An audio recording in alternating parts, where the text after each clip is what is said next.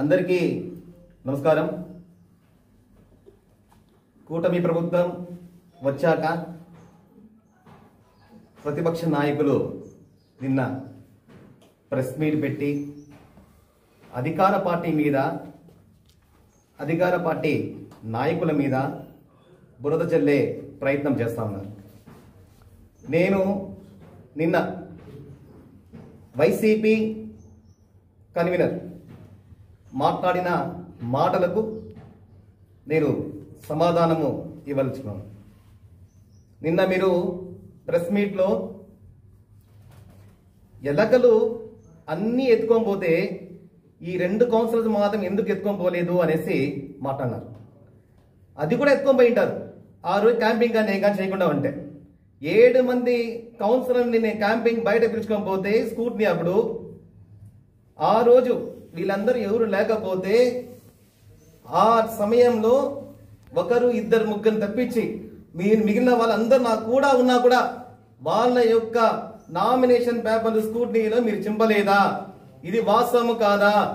అంతేకాకుండా మీరేమో అంటా ఉన్నారు, మా దగ్గర చిట్టా ఉంది, చిట్టా విప్పితే మీరు మాట్లాడుకోండి, వద్దు నేను చిట్టా విప్పను అన్నారు.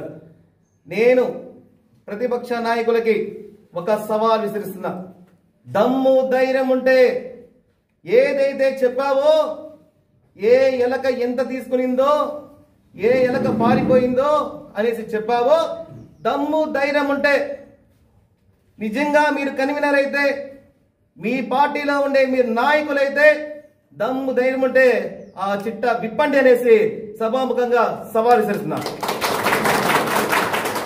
అంతేకాదు, అంటే ఏ రోజు మీరు ప్రతిపక్షంలో కానీ అధికారంలో కానీ డైరెక్ట్ ఎలక్షన్లో పార్టిసిపేట్ చేయని వ్యక్తి ఎవరు ఉన్నారంటే అది మీరే. ఏ రోజైనా పార్టిసిపేట్ చేశారా మీరు కూడా మారితే ఎట్లా? సరే, ఓకే. తర్వాత 26 వార్డులో ఈసారి మున్సిపాలిటీలో జెండా ఎగరవేస్తామన్నారు. ఆల్రెడీ మాట ఇచ్చాం ఎలక్షన్ ముందే. మీరు అధికారంలో ఉన్నారు, మేము ప్రతిపక్షంలో ఉన్నా. పలమనేరు మున్సిపాలిటీలో మెజార్టీ తెస్తాము అంటే ఆ రోజు మీరు చాలా నవ్వారు, హేళన చేశారు. తెచ్చామా లేదా, తెప్పించామా చూసారు కదా అనేసి ఈ సభాముఖంగా తెలియజేసుకుంటున్నా. 10,000 ఓట్ల మెజార్టీ అంటే 5,000 ఓట్ల మెజార్టీ తెచ్చాం. ఇంకా మెయిన్ బ్యాలెట్ బాక్స్ సంబంధించి ఎంప్లాయీస్ ఓట్లు కూడా ఆ రోజు కౌంట్ చేయలేదు. ఎందుకంటే అప్పటికే మీరు అక్కడి నుండి పారిపోయినారు. అంతేకాకుండా మీరు 26 వార్డులో ఈసారి మున్సిపాలిటీ గెలుస్తామంటున్నారు కౌన్సిలర్స్. దమ్ము ధైర్యం ఉంటే ఈసారి కానీ మున్సిపాలిటీలో మీరు కానీ చైర్మన్ అయితే, నువ్వైనా ఇంకోరైనా చైర్మన్ అయితే నేను ఆ రోజు గుంట గీసుకుంటానని సవాల్ చేస్తున్నాను. లేదు అంటే మీరు గీసుకుంటారా? దమ్ముందా మీకే? దీనికి సమాధానం చెప్పండి. ఏదైతే మీరు చిట్టాలు ఇస్తారో చిట్టికలో ఇప్పమనేసి తెలియజేసుకుంటున్నాను. అంతేకాదు, ఇంకో ఆయన మాట్లాడతారు అభివృద్ధి చేయలేదనేసి. ఇంకో ఆయన మొత్తమే 2014 నుండి 2019 వరకు ఎలకలు చంపేశారంట. 2014 నుంచి 2019 వరకు ఎవరు ఆయన ఉండేది బోర్డులో? మీరే కదా చైర్మన్ గా ఉండింది. అంటే మీ ఎలకలు మీరే చంపేస్తే అవునులే, ఆ ఎలకలు చంపేసి మళ్ళీ పందికొక్కలుగా తయారైనారు. అంతే కదా? మళ్ళా పందికొక్కలుగా తయారయ్యి ఏ పేపర్లు చింపినారో, ఏ రకంగా ఒక్కొక్కరిని వాడుకున్నారో, ఎక్కడ సర్టిఫికేట్స్ బాత్రూంలో పన్నాయో అవన్నీ మాకు తెలుసు. మాట్లాడినారు. ఇంకా మా వాళ్ళు చాలా మాట్లాడతారు. ఇంకెందుకంటే వారంటారు ఏమన్నా పాకిస్తాన్ వారికి అంటే వారంటే గొడవల ఏముంది వేసి ప్రతి ఒక్క ఎంప్లాయీ పలమనేరు నుంచి బయటపోతే పలమనేరు లాంటి ప్రశాంతమైన ఊరు ఎక్కడ కానీ లేదు అనేసి ప్రతి ఒక్క ఎంప్లాయీ చెప్తారు. మీరు వార్ స్టార్ట్ అయిందా? కానీ లేండి, ఏముంది, మీరు సై అంటే సై, దేన కానీ వెనకపోయే ప్రసక్తే లేదు. ఎన్ని రకాలుగా ఇబ్బంది పెట్టినారో మమ్మల్ని అన్ని రకాలుగా ఇబ్బంది పెట్టినా కూడా కసిగా పనిచేసి ఈ రోజు మెజారిటీ తెచ్చి నీట్ గా కూర్చున్నామంటే అది మా నాయకుల యొక్క కసి అనేసి తెలియజేసుకుంటున్నాను. కాబట్టి ముందు చూద్దాం. ఎందుకంటే ఊరికే నాకు తెలిసి ఇంకా మీరు పెంచుకుంటా పోతే నష్టపోయేది మీరే గాని లబ్ధి పొందేది కాదు. దయచేసి ఇక ఈ యొక్క ప్రెస్ మీట్ ని మీరు ఏ విధంగా తీసుకుంటారో మీకే వదిలేస్తున్నాం. కాబట్టి ఓకే, అందరికీ నమస్కారం. ఇక్కడ విచ్చేసిన విలేకరు సోదరులందరికీ కూడా నా యొక్క నమస్కారాలు. అలాగే మా తెలుగుదేశం కుటుంబ సభ్యులందరికీ కూడా నా యొక్క ధన్యవాదాలు. టౌన్ కుటుంబ సభ్యులందరికీ ధన్యవాదాలు. నిన్న ఏదైతే గంటా ఊరికి సంబంధించి ఒక నాయకుడు ఎగిసిపడి అట్లే ఏమో ఆవేశాన్ని తట్టుకోలేక ఆయన 30 లక్షలు ఖర్చు పెట్టేసిన నా సొంత దుడ్డు జేసీబీ కూడా కొన్నాడంట. ఎందుకు? ఖాళీగా ఉండే జాగాలు గుట్టల జాగాలని సదరించుకొని ఫ్లాట్లు వేసుకొని లేవట్లేకి ఇవి వచ్చేసి దీనికి వచ్చేసి నేను అభివృద్ధి చేసిన మీ జనమానికి ఒక టకారం మన్నేసిరానా. అయ్యా, గత 5 ఏళ్లు తమరు గారే ఇన్ఛార్జిగా ఉన్నారు. మీరు ఒక టకారా సిమెంట్ కలిపి ఒక రోడ్డు వేసినారా? ఒక కాలువ కట్టినారా? లేకపోతే ఒక భవనం ఏదన్నా నిర్మించినారా? గంటా ఊర్లో ఉండేదంతా అమరనేహిన రోడ్డే, అమరనేహిన కాలువే, అమరనేహిన లైట్లే, అమరనేహిన కమ్యూనిటీ హాలే, అమరణ కట్టించిన ఉర్దూ స్కూల్లే. ఇంకేదన్నా మీరు ఏదన్నా కట్టింటే ప్రూఫ్ చూపించండి. మీరు కట్టినారు. ఎక్కడ కట్టినారంటే ఇది దారిని కబ్జా చేసి 4 అఫ్టర్ల భవనం కట్టినారు. తప్పు చెప్పకూడదు మీ మీద. కబ్జా చేసి దారిలో 4 అఫ్టర్ల భవనం కట్టినారు. మళ్ళీ ఇంకోటి కట్టినారు. గవర్నమెంట్ హాస్పిటల్ ముందర ఒక జాగాని కబ్జా చేసి 2 అంగడి రూమ్లు వేసి షటర్ బీగాలు వేసి పెట్టుకున్నారు. బాగా కట్టినారు. ఇదొన్ని కట్టినారు. ఈ బిల్డింగ్ కి సంబంధించి దొంగ డాక్యుమెంట్ అగరబత్తి కాలనీది ఈ సర్వే నెంబరు. ఈ సర్వే నెంబర్ పెట్టి గంటా ఊర్లో వచ్చేసి 4 అఫ్టర్ పెద్ద భవనం కట్టి ఆనాడు సచివాలయానికి ఇది అనేసి ప్రగల్గాలు పలిపినావు. మళ్ళీ ఇంకోటి అదే కడతాం. ఇల్లు స్థలాల గురించి 16 నెలలుగా అక్కడ ఇన్ఛార్జీలు ఏమేమి చేస్తున్నారో అని మాట్లాడినాడు. అయ్యా, రెవెన్యూ సిబ్బంది అలాగే మున్సిపాలిటీ సిబ్బంది డోర్ టు డోర్ వెళ్ళి అక్కడ ప్రతి ఒక్క ఇంటి పట్టాని చెక్ చేస్తే ఎన్ని దొంగ పట్టాలు తేలినాయో రికార్డుతో సహా ఫైల్ ఉండదు. ఆ ఫైల్ ఎత్తుకొని వచ్చి అమరణ చూపిస్తే అమరణ వచ్చేసి పాపం ఏదో పేదోళ్ళు కడిపేందుకు కొట్టేది, కట్టుకున్న వాళ్ళు వదిలేయండా అని చెప్పినాడు. ఎత్తినారంటే ఆ దొంగ పట్టాలు జైలుకి కంపల్సరీ నువ్వు పోతావు. నువ్వు పోయేది కాకుండా నీ వెనకాల చేసినారు చూడు, వాళ్ళని కూడా తీసుకుపోతావు. ఎందుకంటే నువ్వు చేసిన పాపాలకి నీతో పాటు అనుభవించినారు చూడు, వాళ్ళు కూడా పొడిస్తారు. మళ్ళీ ఇంకోటి ఎన్ఆర్ఐ, ఇప్పుడు ప్రస్తుతం నువ్వు ఉండే ఇల్లు ఎన్ఆర్ఐ నీ పక్కలో సతీష్ అనేసి మా ఊళ్ళో 16కి 80 జాగాని కబ్జా చేయలేదా? నువ్వు కబ్జా చేసి ఇల్లు కట్టుకున్నావు. నీకు ప్లాన్ అప్రూవల్ ఎత్తుకొని రా, నిరూపించు కబ్జా చేయలేదని. కబ్జాల గురించి నువ్వు మాట్లాడద్దు రాజా. అసలు కబ్జా కోరే నువ్వు, ప్రపంచానికే తెలుసు. ఊరికే మా వాళ్ళ మీద నిందలేస్తారు. ఇంద్రమ్మ కాలనీలో ఒక ఇన్ఛార్జ్ ఉన్నారంట, ఆడ జాగాలు చూసేదానికంట. యాడున్నది నైనా, జాగాలు ఏం లేవునైనా. ఆల్రెడీ తమరు గారు నాకు పోయిండారు. మీ వాళ్ళు కట్టుకున్నారు, ఇప్పటికీ కౌన్సిలరే కట్టుకున్నారు అక్రమంగా జాగాలో. మీ 7వ వార్డు కౌన్సిలర్, దానికి పట్టా ఉందా ఏముంది, ట్యాప్ కనెక్షన్ అన్నీ వేసుకున్నారు. ఇవంతా మేము ఆపలే. ఎందుకంటే కట్టుకునే వాళ్ళది ఎందుకు, ఊరికే వాళ్ళని ఎందుకు ఇబ్బంది పెట్టేది అనేసి దిగుతానారులే. ఇప్పుడు ఎంఆర్ఓ వాళ్ళు, రెవెన్యూ వాళ్ళంతా వస్తున్నారు, మొత్తం తేలిస్తారు, అమరన్న గారి ముందర పెడతారు. ఇప్పుడు నువ్వు మాట్లాడిన దానికి నీకు బహుమానం వాళ్ళే ఇస్తారు. దయచేసి నోరుంది కదా అని ఇష్టానికి అన్నా, మళ్ళా అమరన్న గారిని అన్నా ఏదో గంట దత్తత తీసుకుంటే ఆ రోజు పోయినారు, ఈ రోజు రాలేదన్నా. ఆ రోజు పోయిన నేను కూడా నైనా గత 5 ఏళ్ళు అన్నా వెంకటయ్య గౌడన్నా ఈ చూడన్న అక్రమాలు ఏబిఎన్కి ఇచ్చిన న్యూస్, ఏబిఎన్లోకి ఇచ్చిన లేఅవుట్ కాడికి పోయి ఇచ్చిన అన్నా చూడన్నా ఈ అక్రమము అనేసి నేను కూడా ముత్తుకునిందేనైనా. అమరన్న కట్టినాడు కాబట్టి ఈరోజు ఆ గంట ఊర్లో లైట్లు అన్న మలతాండాయి, రోడ్లు అన్న మలతాండాయి. మట్టి లేదు, కాలువలు కోసుకొని పోయినాయి. నీ కండ్లు ఏమన్నా పోయినాయా? మన్నంతా వచ్చేసి 200 లోట్ల దాకా మన్ను తోలి సదరం చేపించినాము. వాన వస్తుంది, కొట్టుకొని పోయింది. తమరు గారు 5 ఏళ్ళలో వచ్చేసి ఒక కాలువ తేలే, ఒక రోడ్డు తేలేదు. మళ్ళీ నువ్వు మాట్లాడుతున్నావు ఇన్ఛార్జీల గురించి. ఇన్ఛార్జీలు అంటే దయచేసి నోరుంది కదా అని ఇష్టానికి మాట్లాడితే ఇంకోసారి ఇంకా తీవ్రంగా ఉంటుంది. ఇక్కడ ఇచ్చేసిన తెలుగుదేశం పార్టీ కుటుంబ సభ్యులకు, కూటమి నాయకులకు, మీడియా మిత్రులకు ప్రతి ఒక్కరికి నమస్కారాలు తెలియజేసుకుంటున్నాను. ఇప్పుడు కూటమి ప్రభుత్వం అధికారంలోకి వచ్చి దాదాపు 1.5 సంవత్సరం కావస్తుంది. ఈ 1.5 సంవత్సరంలో కూడా ఆంధ్రప్రదేశ్లో ఈ కూటమి ప్రభుత్వం వచ్చిన తర్వాత గౌరవ ముఖ్యమంత్రి వారు నారా చంద్రబాబు నాయుడు గారు కావచ్చు, ఉప ముఖ్యమంత్రి పవన్ కళ్యాణ్ గారు కావచ్చు, యువనేత నారా లోకేష్ బాబు గారు కావచ్చు, పలమనేరు తీసుకుంటామంటే గౌరవ శాసనసభ్యులు పెద్దలు అమర్నాథ్ రెడ్డి కావచ్చు, వీళ్ళంతా కూడా రాష్ట్రాన్ని వాళ్ళు పలమనేరు నియోజకవర్గాన్ని మన అమరన్న గారు ఎలా అభివృద్ధి చేయాలా అనేసి వీళ్ళు చేసిన దరిద్రపు పాలనని ఈరోజు మళ్ళీ గాడిలో పెట్టాలంటే వాళ్ళ తల ప్రాణం తోక్కొస్తోంది.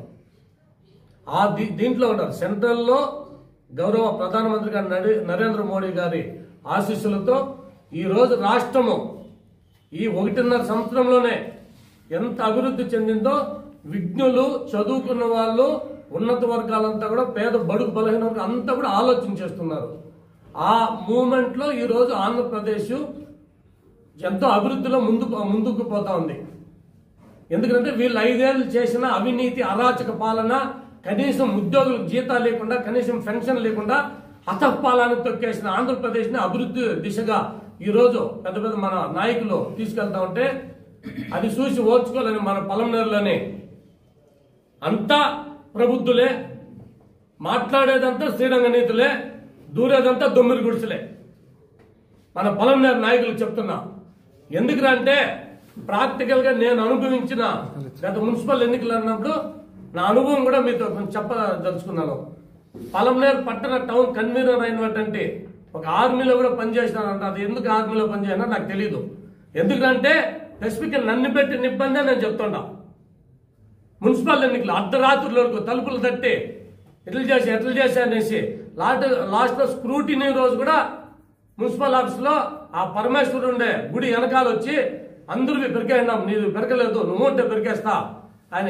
ప్రజాశక్తిలో రావన్నయ్యా, కనీసం మీ గవర్నమెంట్ మీద ఎటువంటి పాజిటివ్ ఉందా నెగిటివ్ ఉందా తెలుస్తుంది. అది కాకుండా మొత్తమే వీళ్ళు అనధికారంగా అన్ని అధికారులను చేతిలో పెట్టుకునేసి మున్సిపాలిటీలో రాత్రి అంతా ఉండి గబ్బు పట్టించేసి ఇది చేసేసి ఈ రోజు చిట్టా ఉంది. నీకు దమ్ము ధైర్యం ఉంటే నువ్వు భారత సైన్యంలో పనిచేసిన వాడు అయితే ఆ చిట్టా ఇప్పు.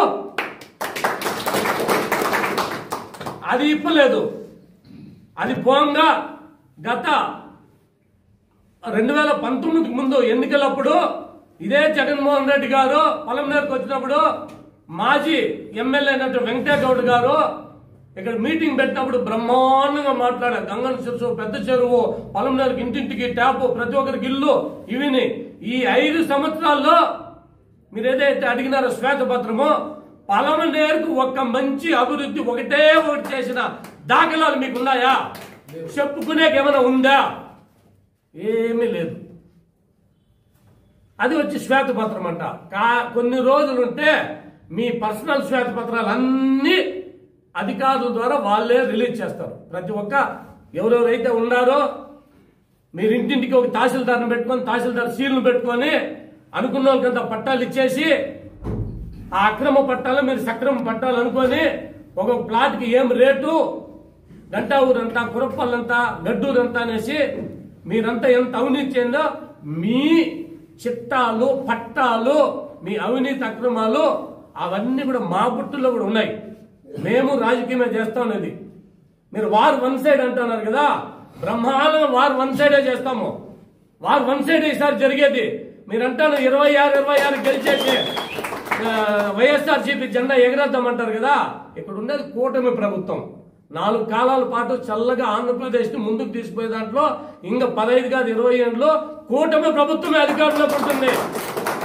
మీరు అనుకుంటారు 26 గెలిచి జెండా ఎగరేస్తామంటే పేపర్లు పెరిగేకి ఇంకోటి చేసాక అక్కడ ఉండేది గౌరవ ముఖ్యమంత్రి చంద్రబాబు నాయుడు గారు, అమరన్న గారు ఇద్దరు క్రమశిక్షణ గల నాయకులు, ఎంతో రాజకీయ అనుభవం నాయకులు. వాళ్ళు మీలాగా చీప్ ట్రిక్స్ చేయరు.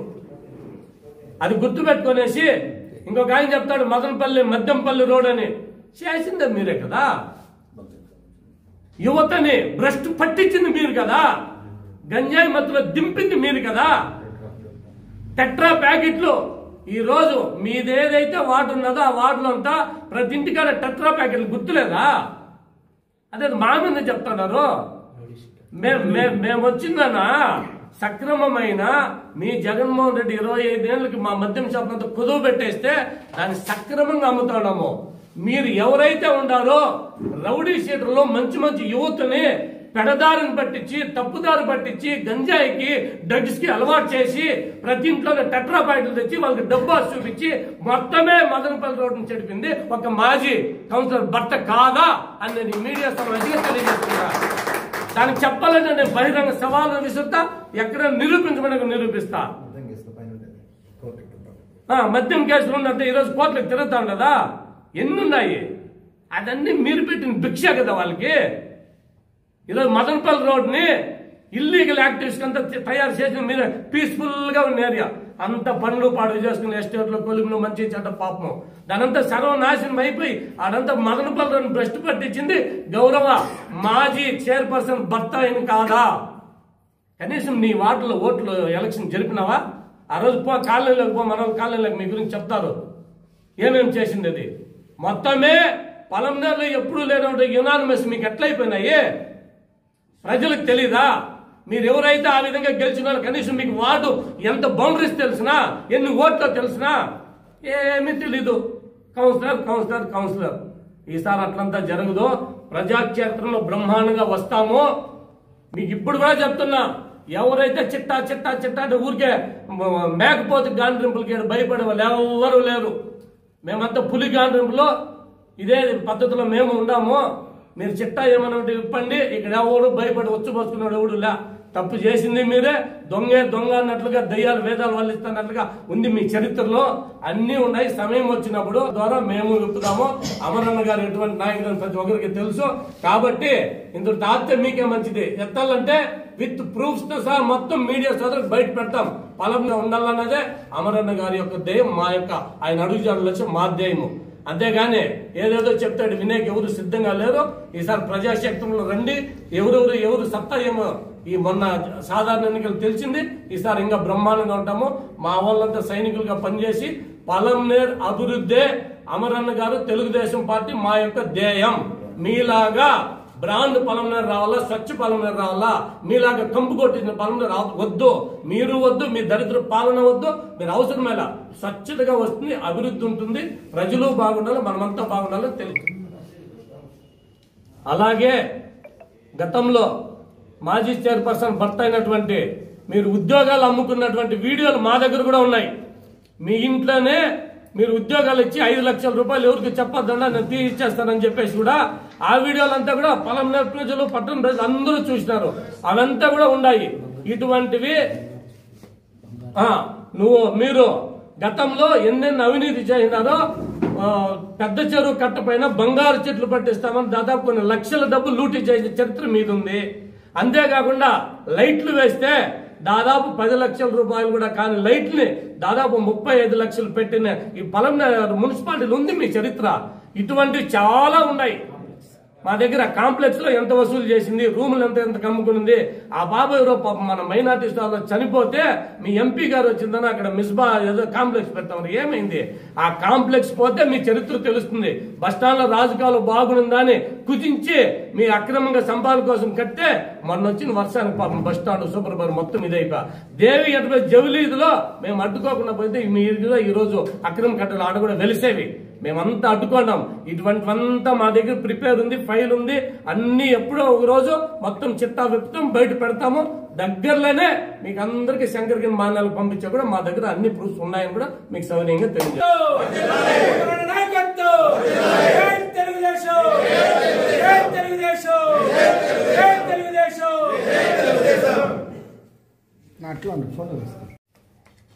అందరికీ నమస్కారాలు. ఈరోజు చాలామంది నిన్నటి ప్రెస్ మీట్ పెట్టారు. వాళ్ళు ఈరోజు తెలుగుదేశం పార్టీ వాళ్ళు ఏం మాట్లాడతాము, వాళ్ళు ఏం మాట్లాడినా కానీ మన దగ్గర ఉండే మూటలంతా ఇప్పేలేనేసి వాళ్ళ కట్టలు రెడీగా పెట్టుకున్నారంట. రేపు ఆ కట్టలను తిప్పేదానికి స్వాగతిస్తున్నాం. ఎందుకంటే ఎవరెవరి కట్టలో ఏమేమి ఉందనేది ప్రజలకు కూడా తెలియాలి కదా. వాళ్ళు ఏమనుకుంటున్నారంటే మా దగ్గరే కట్టలుంది, వాళ్ళ దగ్గర ఏం లేదనుకుంటున్నారు. మా దగ్గర ఏముంది, మేము ఏ కట్టిప్పాలా, దేన్ని చిట్టా బయట పెట్టాలా, ఇవన్నీ కూడా మాకు కూడా తెలుసు. ఎందుకంటే మనం ఏం చేసేది ప్రజలకు తెలుసు ఆల్రెడీ. కాకపోతే మళ్ళీ దాన్ని మనము రిపీట్ చేసి ఏది నిజము ఏది అబద్ధము అనేది గతంలో కూడా ప్రజలు నిర్ణయించారు. దానికి తగిన రిజల్ట్ కూడా ఇచ్చినారు. ప్రజలందరూ కూడా మరొకసారి కూటమి ప్రభుత్వం తరఫున అలాగే తెలుగుదేశం పార్టీ తరఫున ధన్యవాదాలు తెలియజేస్తున్నాము. ఇకపోతే నిన్నటి రోజు వాళ్ళు ఏమేమి మాట్లాడినారు, వాళ్ళకి ఎవరెవరు ఏమేమి మాట్లాడతారనేసి కూడా మా వాళ్ళు మాట్లాడతారు. అన్ని కూడా ప్రజలు ఆలకించాలి. ఎందుకంటే వాళ్ళు ఏం మాట్లాడినారు, ఏం మాట్లాడకూడదు అనేది కూడా జనాలకు తెలియాలా. ఇకపోతే నిన్నటి రోజు వాళ్ళ ప్రెస్ మీట్లో ముఖ్యంగా ఒక పిల్లోడిని మాట్లాడించినారు. ఏమంటే అతను హాస్పిటల్ డైరెక్టరు, అతనికి ఏమి హక్కు మున్సిపాలిటీలో మాట్లాడేకి అనేసి మాట్లాడటం జరిగింది. నేను ఒకటే అడుగుతున్నా, నాకు ఏమి హోదా ఉంది, మున్సిపాలిటీలో నా రోల్ ఏమి అనేది నాకు తెలుసు. అమరన్న గారు మమ్మల్ని ఎట్లా నడుచుకోవాలనేది కూడా మాకు డిసిప్లిన్ నేర్పించినారు. ఏది పడితే అది మేము మాట్లాడము, ఎక్కడ పడితే అక్కడ ఏ ఇష్టం వచ్చినట్లు మేము నడుచుకోము. ఎందుకంటే తెలుగుదేశం పార్టీ అంటేనే డిసిప్లైన్. అమర్నాథ్ రెడ్డి గారి దగ్గర ఎట్లా మేము ఎట్లా ఉండాలా, ఎట్లా నడియాలనేది అన్నగారి ద్వారా మేము బాగా నేర్చుకున్నాం. ఆయన చూసి మేము అట్లానే ఉంటాం. ఇకపోతే వీళ్ళు నిన్నటి రోజు నోటికి ఏదొస్తే అది మాట్లాడినారు. అన్ని కాలమే మీకు ఆన్సర్ చెప్తుంది. ఎవరెవరు ఎక్కడెక్కడ కబ్జాలు చేసుకున్నారు, ఎవరెవరు ఎక్కడెక్కడ ఏమేమి చేసినారు, ఇవన్నీ కూడా తేట తెల్లమవుతుంది. రెడీగా ఉండండి. ఏమే ఇకపోతే అతను ఒక మాట అంటాడు, రెడ్ బుక్ రాజ్యాంగమా అంబేద్కర్ రాజ్యాంగమా అని. రెడ్ బుక్ రాజ్యాంగం కాదు, అట్లానే రాజారెడ్డి రాజ్యాంగం కూడా కాదు, డాక్టర్ బిఆర్ అంబేద్కర్ రాజ్యాంగం ఇప్పుడు నడుస్తూ ఉంది. అంబేద్కర్ రాజ్యాంగం ఉంది కాబట్టే మేమందరూ అది ఫాలో అవుతున్నాం కాబట్టే ఈరోజు మీరు మీసాలు కలర్లు కొట్టుకొని ఇట్లా తిప్పుతా ఉన్నారు. అది అర్థం చేసుకోండి ఫస్ట్. ఇకపోతే మీటింగ్ గురించి అతను ఏదో మాట్లాడినాడు. మీటింగ్ మీరు ఎట్లా జరిపేస్తారు, ఎట్లా అజెండా పాస్ చేస్తారు, ఎట్లా వాయిదా చేస్తారని. రే బాబు తెలుసుకోరా, అసలు మీటింగ్ జరిగింటే అజెండా చదివింటారు కదా. అధికారులు ఉన్నారు, మీడియా ఉంది, పోలీసులు వాళ్ళు ఉన్నారు. మీటింగ్ జరిగింటే ఏం చేయాలి, అది జరిగింటుంది కదా, దాని ఒకసారి చూడు. కళ్ళు మూసుకొని పాలు తాగొద్దు. చిన్నపిల్లడు ఇంకా చాలా నేర్చుకోవాలా. ఇకపోతే నా హోదా గురించి మాట్లాడుతూ 11 సీట్ల గురించి మాట్లాడకూడదు అంటాడు. అంటే ప్రజలకు తెలియదా ఆంధ్రాలో ఎవరెవరికి ఎన్ని సీట్లు వచ్చినాయని? ట్యాంపరింగ్ అంట. అంటే మీకు 150 వస్తే మాత్రము కాదు, ఇప్పుడు మాత్రం అవునా? సరే ఆలోచన చేయండి. ఎందుకు ఊరికి ఏదంటే అది మాట్లాడి మొగాళ్ళకి తెలుస్తుంది మీరు ఏ పరిస్థితిలో ఉన్నారని. ఎందుకు టెన్షన్ అవుతున్నారో మాకైతే అర్థం కాల. ఎందుకు భుజాలు తడుకుంటా ఉన్నారు? 11 మంది కాకుండా ఇంకేమైనా ఉన్నారా మీకు? 11 మందే కదా,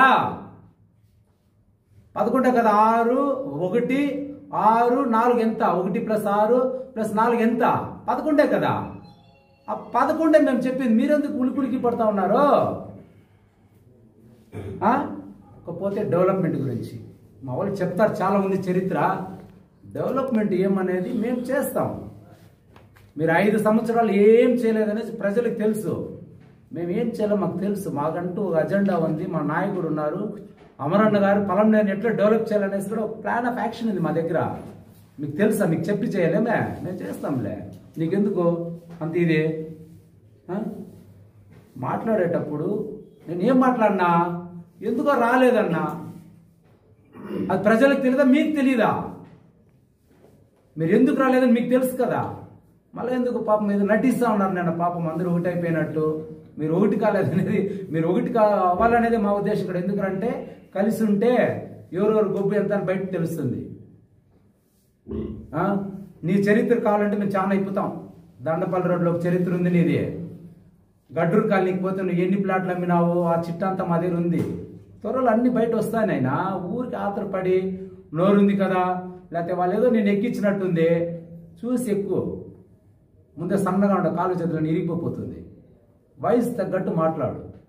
మర్యాద గురించి నాకు చెప్తావా? ఎవరు నన్ను అడుగు, నా మర్యాద ఏమనేది చెప్తారు. నేను ఎవరిని పెద్ద చిన్న లేకుండా మాట్లాడను. నేను ఏమో మీటింగ్కి రాలా అనేసి అడిగినాము, తప్పంటే మేము ఏమనేది? సర్క్యులర్ పంపించింది వాస్తవమా కాదా? అట్లా ఒకవేళ మీటింగ్ క్యాన్సిల్ అయితే మాకు మెసేజ్ పెట్టి ఉండాలా, లేకపోతే మాకు లెటర్ అయినా పంపించిండాలా, ప్రెస్ వాళ్ళు కూడా పెట్టి ఉండాలా. ఒకవేళ మాకైతే చెప్పినారు అనుకో, ఏదో మీరు చెప్తా ఉన్నారు కమిషనర్ చెప్పినారు అది ఇది అనేసి, ప్రెస్ వాళ్ళు ఎందుకు వచ్చినారు? వాళ్ళకు ఎవరు చెప్తారో, అధికారులకు ఎవరు చెప్తారో? దయచేసి ప్రజలందరూ కూడా గమనించండి. వీళ్ళకి అక్కడ లొసుగులు ఉండేది వాస్తవం. వీళ్ళు ఒకరికొకరు కొట్టుకుంటా ఉన్నారు, ఇష్టం వచ్చినట్లు దోచుకున్నారు. అవన్నీ బయట వస్తుందనే భయంతోనే వీళ్ళు ఇట్లా కొట్టుకుంటూ ఉన్నారు తప్పిస్తే వీళ్ళేమి పెద్ద యోగ్యులేం కాదు. రాబో రోజుల్లో ఎవరెవరికి ఏమేమి తెలియాలో తెలియపరచడానికి ప్రజలు కూడా తెలియజేయడానికి మేము సిద్ధంగా ఉన్నామని సందర్భంగా తెలియజేస్తున్నాను. జై హింద్. అందరికీ నమస్కారం. ముఖ్యంగా పలంనేరు పట్టణం పుర ప్రజలకు, అదేవిధంగా మన విలేకరు సోదరులకు ధన్యవాదాలు. నేను రోజు వైసీపీ నాయకులు మున్సిపల్ మీటింగ్ గురించి మాట్లాడినారు. మనమల్ని ప్రజాక్షేత్రంలో గెలిపించినారు, 26 మంది కౌన్సిలర్లు గెలిపించినారు. మనం నెల నెలా మీటింగ్ పెట్టుకొని ప్రజలకు కష్ట నష్టాలు బాధ సాధకాలు మాట్లాడేదానికి ఒక క్షేత్రంగా మున్సిపల్ మీటింగ్ నెల నెల పెట్టాలి. కానీ మన చైర్మన్ గారు అది ఏమో ఆయన ఎవరికి భయపడో ఇంకొరికి భయపడో నెల నెల మీటింగ్ పెట్టి 3 నెలలకు ఒకసారి మీటింగ్ పెట్టి మమా అనిపించుకొని పోతున్నాడు. అది వాళ్ళలో ఉండే ఇంటర్నల్ ఒప్పందం ఏమో మనకు తెలియదు. ముఖ్యంగా వాళ్ళు కొంతమంది కౌన్సిలర్లు చీకటిలో ఒప్పందం చేసుకొని డిప్ సిస్టమ్ ద్వారా రూములు వేసుకున్నారు. ఆ రూములు కట్టుకున్నారు, దానికి మేము ఎటువంటి అభ్యంతరం లేదు. మీ వాళ్ళు రూములు కట్టుకున్నది మీరే దాన్ని మున్సిపల్ ఆమోదించి దానికి ట్యాక్స్ ఫిక్స్ చేయాల్సిన బాధ్యత మీది, బాడీ మీద ఉంది. కాబట్టి మీ లోపాలు పెట్టుకొని మా మీద ఎందుకు బొల్చలేదు మీరు? అదేవిధంగా రాజకాలువ మీద రూమ్స్ కట్టినారు. రూమ్స్ కట్టి మొన్న వర్షంలో రాజకాలువ పాడై పూడిపోయి జనతా బజార్ సాధారణంగా 10 లక్షల రూపాయలు నష్టం తెచ్చినారు. ఇది కారణం మీది కదా.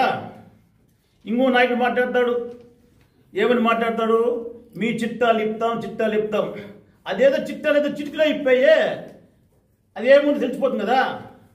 ఒక దొంగ బంగారం దొంగలిస్తాడు, ఆ దొంగ అమ్మితే కొన్నాడు దొంగే, అమ్మినాడు దొంగే కదా. ప్రజాస్వామ్యాన్ని రాజ్యాంగబద్ధంగా జరగాల్సిన ఎలక్షన్ని మీరు భ్రష్టు పట్టించి అవినీతి పాలు చేసి మీ చిట్టా ఇప్పండి, దాంట్లో మీరు భాగస్వాములే కదా. మీరు ఎప్పుడూ కానీ క్షేత్రస్థాయిలో గెలిచి రాజకీయ నాయకుడు కాలేదు. ఏమే ఈరోజు రేపు 26 వాటికి 26 వాటికి గెలిపిస్తూ ఉంటాను కదా. 26 వాటికి 26 ఎట్లా గెలిపిస్తారు? అది నువ్వు కాదు, నేను కాదు నిర్ణయించేది, ప్రజలు నిర్ణయించాల. ఇంకో నాయకుడు అంటాడు, నేను జేసీబీ తీసి గంటావును డెవలప్ చేసి 30 లక్షలు ఖర్చు పెట్టిన అంటాడు. జేసీబీ తీసింది ఏమిటి నైనా నువ్వు?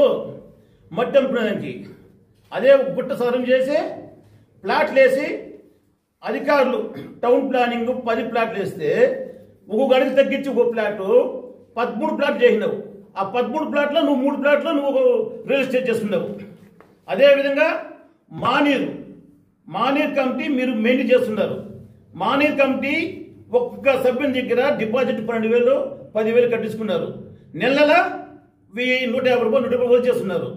ఈ వదిలి మానీర్ కమిటీ మెయింటైన్ చేయాలి. ఎవరు కట్టాలి? కరెంట్ బిల్లు మీరే కట్టాలా? అది మన మున్సిపల్ ఆఫీస్ నుంచి అకౌంట్ నుంచి 9 లక్షల రూపాయలు మామూలు కరెంట్ బిల్ కట్టించినారు.